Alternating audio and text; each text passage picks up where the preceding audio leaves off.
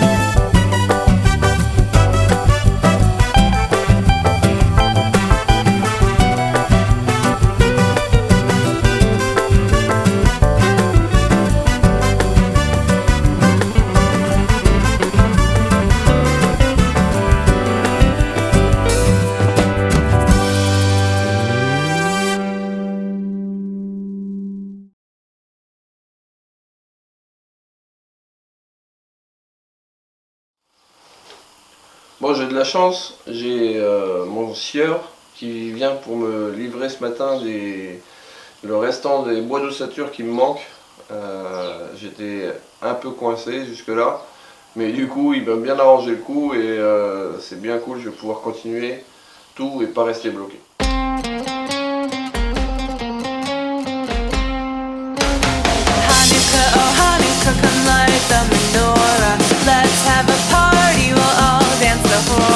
Gather round the table, we'll give you a treat. Said we will mean to play with your life as we speak. And while we are playing, the candles are burning low. One for each night they shed a sweet light to remind us of days long ago. Hanukkah, oh Hanukkah, come light the menorah. Let's have a party, we'll all dance the hora. Gather round the table, we'll give you a treat. Said we will mean to play with the light as we speak. And while we are playing, the candles are burning low. One for each night they shed a sweet light to remind us of days long ago. Bon, ça y est, l'ossature est terminée. Je vous ai pas spécialement montré ça parce que ça aurait été un peu répétitif avec ce que j'ai déjà pu vous montrer dans l'épisode précédent. Seule chose sur laquelle je voulais vous faire une petite précision, vous voyez là au niveau de la portée, au niveau de la porte là, j'ai fait deux doubles poteaux avec un 8,25 au-dessus, ce qui devrait être largement suffisant. Théoriquement je devrais, le minimum ce serait de mettre une pièce de 15 cm de haut. Donc là je suis quand même assez large, mais bon j'avais que ça comme bois. Donc j'ai fait avec ce que j'avais, mais c'est pas grave puisqu'en plus ça va être le même bois que celui que j'utilise pour le solivage. Donc ça reste cohérent au niveau esthétique, puisqu'en fait je vais faire en sorte qu'on le voie un petit peu, le bois du solivage. Donc là je pense que je suis quand même bien blindé. Il reste quand même à faire un tout pour que l'ensemble soit bien fermé, il faut quand même que je mette le solivage, que je fixe le tout ensemble pour pas que ça bouge.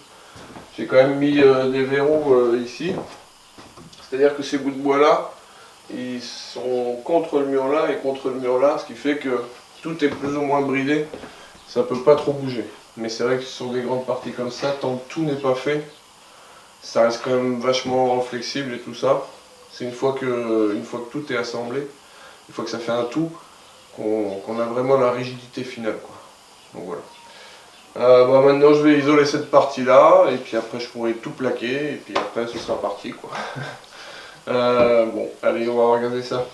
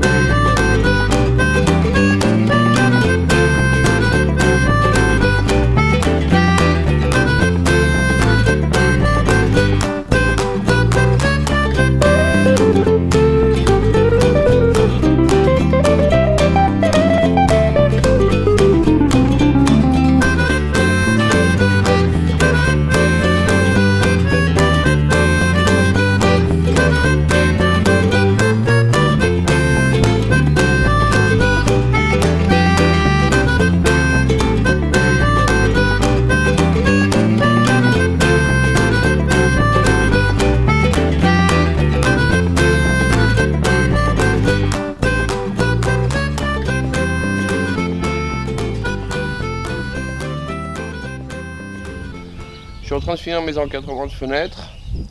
Je voulais juste vous parler d'un truc que je trouve franchement génial. C'est ces petites vis là.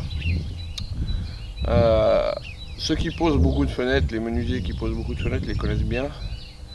Elles sont super parce qu'en fait c'est des vis qui vont dans la pierre ou dans le béton. Il suffit de percer avec une mèche à béton à travers les matériaux et après de visser directement. Il n'y a pas besoin de cheville. Et ça, franchement, ça fait gagner un temps fou et c'est franchement pratique.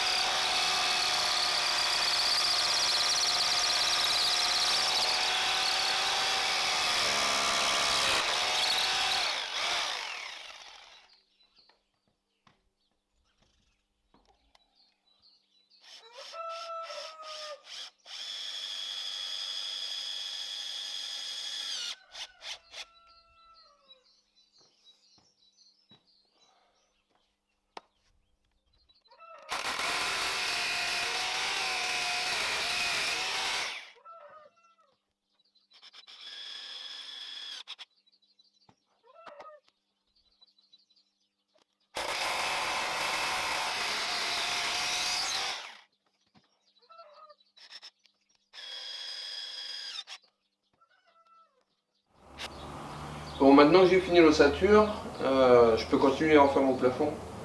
Et après réflexion, j'ai décidé de changer un petit peu de méthode par rapport à mes plans. Si vous voulez, l'atelier est super chouette, tout ça, mais tout carré partout, etc., je trouve ça un petit peu tristouné, franchement. C'est pas, voilà, c'est un peu impersonnel, j'aime pas trop. Donc j'ai un beau plancher. Je voulais avoir un plafond pas mal pour casser un peu ces murs là qui font un peu boîte, quoi, qui font pas très joli. Du coup j'ai décidé de modifier la façon de faire le plafond. En fait je vais le raboter et mon plafond il va être en retrait par rapport aux pannes, c'est à dire qu'on va avoir un petit peu de panne apparent et après le plafond. Donc comme ça cassera le fait que le plafond est tout droit et en plus s'il n'est pas parfait, il n'y a pas d'effet de vague ou quoi que ce soit. Je vais vous montrer là-haut comment que ça se passe précisément. En fait, le principe, c'est pas très compliqué, c'est que les poutres, elles sont brutes de sciage, donc il faut qu'elles soient propres pour que ce soit joli. Et donc je leur passe un coup de rabot sur la face là, et puis une épaisseur de rabot de chaque côté. Et ensuite, je viens fixer un lito dans lequel après je pourrais fixer à nouveau mon OSB. Donc c'est-à-dire que la face apparente, ça va être tout ça, moins l'épaisseur de l'OSB, quoi. Ce qui fait que ça va donner un aspect un peu plus joli. Bon, par contre, la crise, c'est que il va falloir que je fasse tous les autres, mais sur place. Donc, je suis un peu deg, parce que là, je le prépare direct en bas et je le pose fini, quoi. Et les autres, maintenant qu'ils sont déjà fixés, je suis niqué. Donc, je vais déjà finir, et puis quand je trouverai un peu de courage, je ferai le reste. Voilà, allez, c'est parti.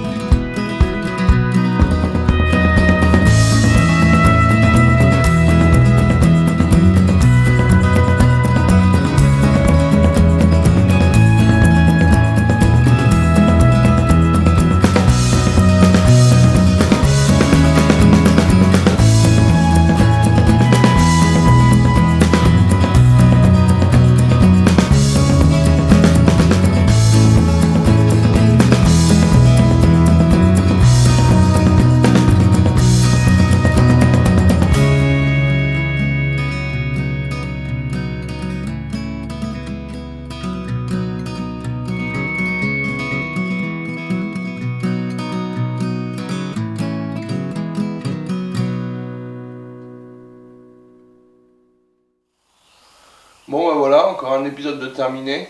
Ça a encore bien avancé, je suis super content. Maintenant, ce qui va se passer, ça va être nettement moins impressionnant, puisque en fait il reste beaucoup de finitions à faire à droite à gauche, etc. Le gros du travail est fait, mais on n'est pas encore au bout, parce que, comme vous le savez certainement, les finitions c'est généralement ce qu'il y a le plus long. Donc voilà, mais bon, tout ce qui est lourd, tout ce qui est physique, etc., c'est fini. Ou presque, parce que, comment dire, je suis super content, j'ai fini mon solivage, c'est bien.